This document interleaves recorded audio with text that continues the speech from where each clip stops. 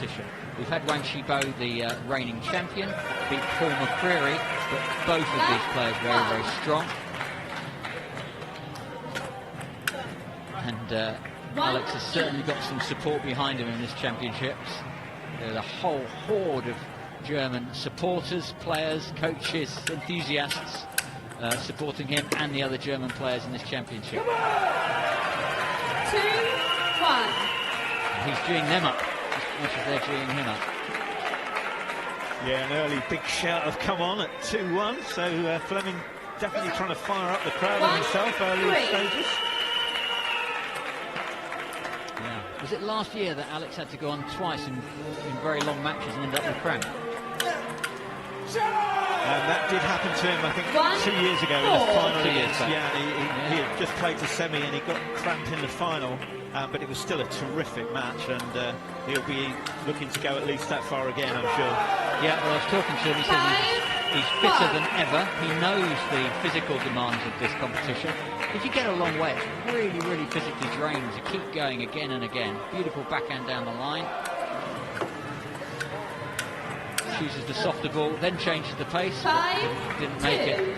But yeah, physically fit at the worst of times. But now he says fitter than ever and ready to play quarter-final, semi-final and final on the run if he has to and take the championship. He's never taken the first prize in the $20,000. And this is a dangerous first match for Alex. 3-6. Penhold style with the forefinger pushed around the neck of the blade. What a great rally, forehand to forehand. Shame he had to finish that way. 7-3. Yeah, lucky finish for Alexander, but he'll take it quite happily, and actually made a really solid start here. 7-3 lead. Ooh, was that on? 3. Yeah, they've called it as it just clipped the edge of the table. Acknowledgement of a bit of luck. Alex 8-3 up. That's a nice serve and follow-up, isn't it? Yeah, that's the first time we're starting to see Andrew run round that backhand side and get Alexander and get his big forehand in. That's generally the way he plays. There he goes again, looking to play forehands no matter where the ball lands on his side of the table. 3-10. Yeah,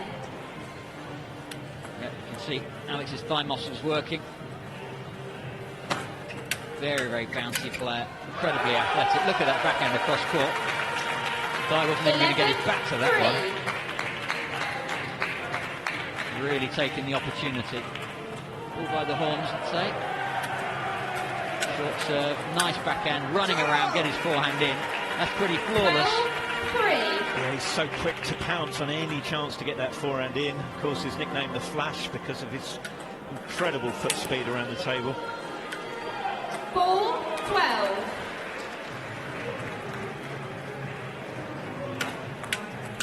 Fast serve from Dai, goes for the backhand. 4-13. Attack afterwards. Oh, that's a beautiful shot. Just clipped the edge of the table, I think. Very thick edge. It's a lovely shot. I think it's so wide. Still, Alex Flemming doing short topspin serves there. Just getting a little bit spin on the ball. 13-6. Encouraging the flip return.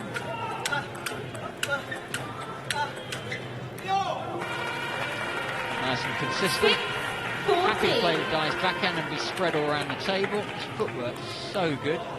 Balance and recovery excellent. So that's a game point. Got his forehand in again. Can't play the second one on. 14. Full-time table tennis coach. Player. Game at 15-7 to Flemming. And that is the most comprehensive win against Dai that I've seen. Wang Shibo giving him a bit of advice. Yeah, and he needs it at the moment, doesn't he? Because Flemming started so strong in his first match of this year. I know he's been talking it up. He's been in great form in China. He really thinks he's got a good chance. And actually, against Dai, that's super impressive, because Dai, I still think, has got a great chance of getting out of this group, even if he loses this. This guy's a real top player. Not sure what advice Wang Shibo will be giving him, but he needs to find a way back into this, because that was quite comprehensive, wasn't it? It was. I wonder if Dai is going to choose to play his backhand down the line more to allow Alex to play a forehand, but from the forehand side, and then attack into Alex's backhand. That may be what Wang Shibo might be saying to Dai, to change it around a little bit for the second. So, Rod Studd is watching the Chris Doran match. Yeah, it's Chris Doran's second game. Obviously, we saw him win his first match. We chatted with Chris after that first game. It was an impressive start. And he made an impressive performance last year, didn't he? He got to the semi-finals, Chris, and he's made a good start in this second match as well. He's playing the German in this one, Dwayne the Brain, Schwarzer. No mean player, left-hander. Doran took the first game, and he's in front in the second game as well by 3 points to 2. So we know that if Chris Doran wins this game, he'll be safely through in this double elimination round. He'll be through to the knockout phase with a minimum of fuss, with 2 straight wins, which is obviously every player's ideal scenario. Get out the group safely with 2 straight wins. Don't have to worry about going through the tension of that elimination match, the third match. As Doran goes 5-2 up in this second game. Incidentally, Gavin Rumgate's on the adjacent table as well. He's taken the first game of his match as well, so the popular Scotsman's made a good start as well. Let's get back to the main table. Well, thanks a lot, Rod. Nice to see Chris making his way through. Like you say, he won't want to play any more extra games in the group than he has to. And that'll be the same for Alex Flemming here. Oh, and Dai's coming out with forehand from the backhand corner. But Alex was up for it. Yeah, here we see a big problem then for Dai, because he actually did so well there. He coped with 2 big forehands from the backhand side, switched Flemming wide forehand, but Flemming just coped with it so easily, so fast. Yeah, it's the mark of a top player is when the other person changes their tactics, and it seems to make no difference. They respond to the change in tactics very immediately and very competently.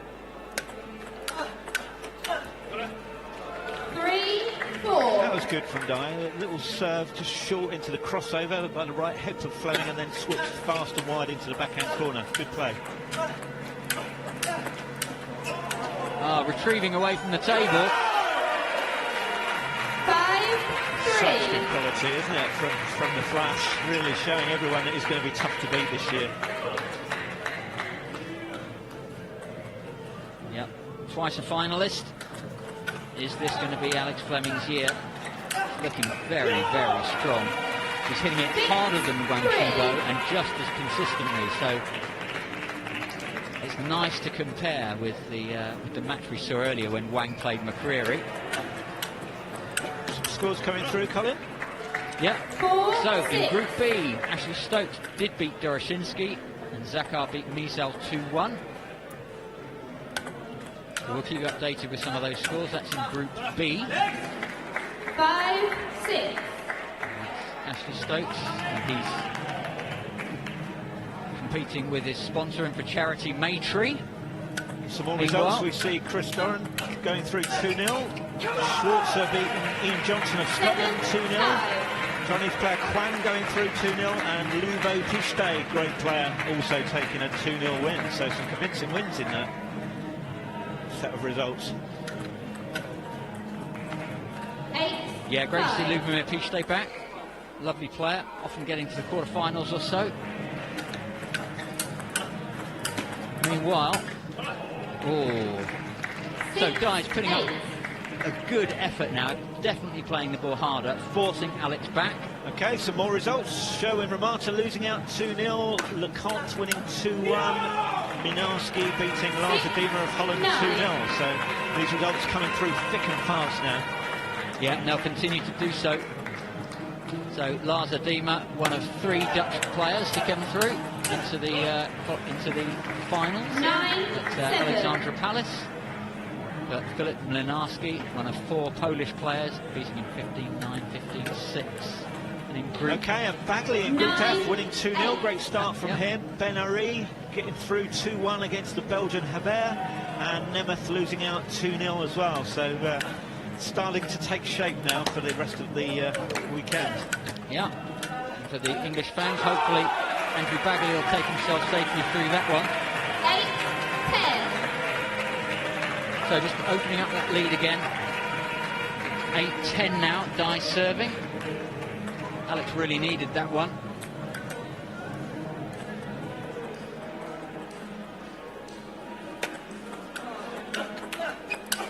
Have to say, Eglea Domelita has an awful draw, having played against Kosensko.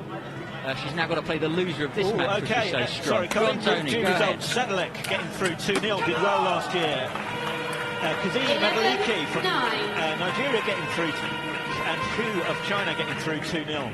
So, yeah, Group G now starting to have some winners go through into the knockout stages. Yeah, and my pick from that bunch, you've got Thomas Sadler at the C, but you've also got Hu Jun Chao, Bald Chow, who we think is a fantastic player. Flemming turning the screw here, Colin, 12-9 up, playing his double-point ball. Pressure piled up on Dai. It is Alexander's last chance to take his double-point ball, because you can't take it after you've got 12 points. He doesn't win it. 10-12. Well done, 10-12. I wonder if he'll use his double-point ball soon to try and get back into this game. If I were Dai, I'd use it now to get back to 12 all. Maybe saving it to the next one. Yeah, you can't win the match on the double-point ball, so you can't take it after you've got 12 points. 10-13. Yeah, here it goes. Power point, double-point ball, Dai. So they literally put the orange ball down, pick up the white double-point ball.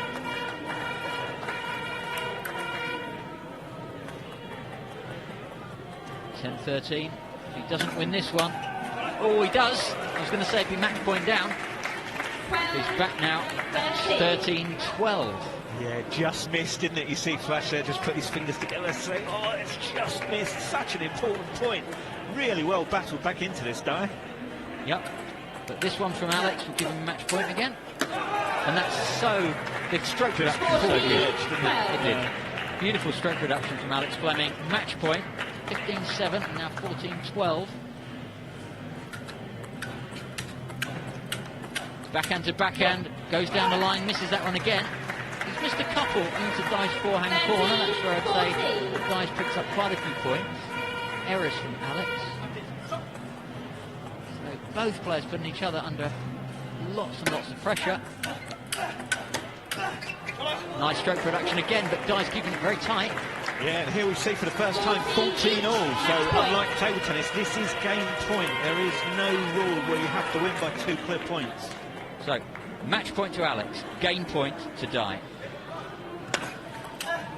And he's missed the backhand down the line again. What a comeback from Dai from China. Suchuan Dai takes the second game. Alex Flemming in a little bit of danger. And on this one? Yeah, early part of the second game, that one for Maxime, but great to see him back. He's been training very hard. Hasn't won it for 2 or 3 years, but won it 3 times in the past. Dai looks good now. Oh, but so does Alex. Dai for everything at that, and Alex was still there. Unbelievable. Terrific play from Flemming. We saw a real power forehand to forehand battle there. And then in the end, Flemming just took control of it. It was too strong for Dai. Great stuff to watch. Yeah. So Dai definitely stretching himself to get around his backhand corner and play forehands. He's built his forehand up very, very strongly. Not getting them all on. Just off. Oh, Flemming will be so pleased under pressure here to be 1-all from where he was looking like he was strolling it. Dai had done so well to take the second end, so Flemming will be really pleased to get such a good start in this deciding game. And that is the backhand down the line that worked. He wanted that one, he needed it, and he made it. Those are the ones that he was missing at the end of the second game. He'll be delighted that that's going on. Feel the feeling of momentum then for Alex. Big just row. caught the edge. I think that counts. Yeah, apologies from Flemming. It definitely just clipped the edge. Let's see this here. Yeah, just the finest of touches, giving Dai, of course, no chance to return it, but it was a great shot anyway. And for any ping pong or table tennis players, wonderful 5th ball attack example there from Alex. Short serve, flick, and on the flick return, great backhand, and then run around to play the forehand smash. Beautiful. So we see we're changing ends here because they're halfway through the third game. That's the first time we've seen that this year. So when it's 1-1, halfway through, when one player reaches 7, they'll change ends and bats in this form of the game. That's right. They leave the bat there for the other person to use. So just, if you haven't seen this before, you don't come with your own bat. You're given the bat on arrival. And actually that bat will stay at that end of the table for the whole tournament. So when they change ends, they literally leave their bat there, and the other player picks it up and uses it to make everything fair. And they're just sharing the equipment. So no individualised bats allowed in this competition. You get what you're given. What a rally this is. Just what they can do with a piece of wood with a little sheet of sandpaper put over the top of it. Absolutely brilliant. Again, what quality from Flemming there. I mean, he had to suddenly rush in and retrieve a ball that had clipped the net. He'd just done everything that was needed. So impressive this, because he was put under pressure and is showing the form of a champion now, pulling away. That's the best backhand I've seen in the competition so far. Alex stuck away from the table and decided to go for it. Look at that. Beautiful. It's a winner in itself. Guy looks up at him as if to say, I don't know how you did that. 3-9.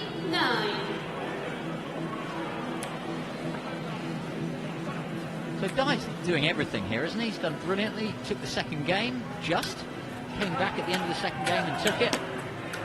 But playing brilliantly, really attacking hard, but still finds himself 10-3 down. Yeah, even further down this time, and of course he's already used his double point ball, so he can't get back into the match with that this time. He's going to have to do it the hard way, 1 point at a time. 11-3. Alex looking intensely. 2 serves to come. 2 serves each. No, he knows he needs to steady that one. 11-4. A little bit wild for Alex, that one. It's interesting looking at Dyer's backhand, the way it goes across the ball, Colin. Puts a bit of side spin on there, and I think that makes Flemming have to lift it. It's only a small amount with these bats, but it's definitely on there. Yeah, and keep the ball lower. Yeah, I think that's why you see Flemming there just clip the top of the net with a forehand, just because of that extra side spin from Dyer. 5-12. Again, Alex Flemming happy to use the backhand and trade backhand punches. 13-5.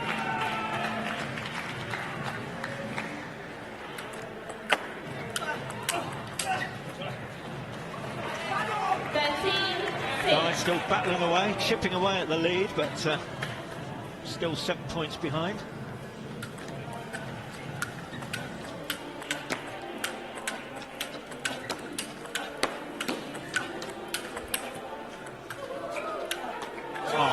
What a rally. And again, Flemming just under so much pressure, just holding out, doing enough to win it.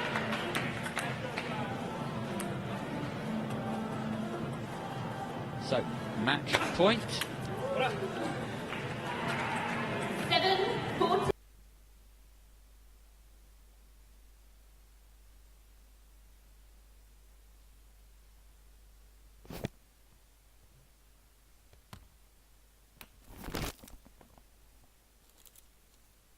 So well done, Alex Flemming, and we'll see you after a break.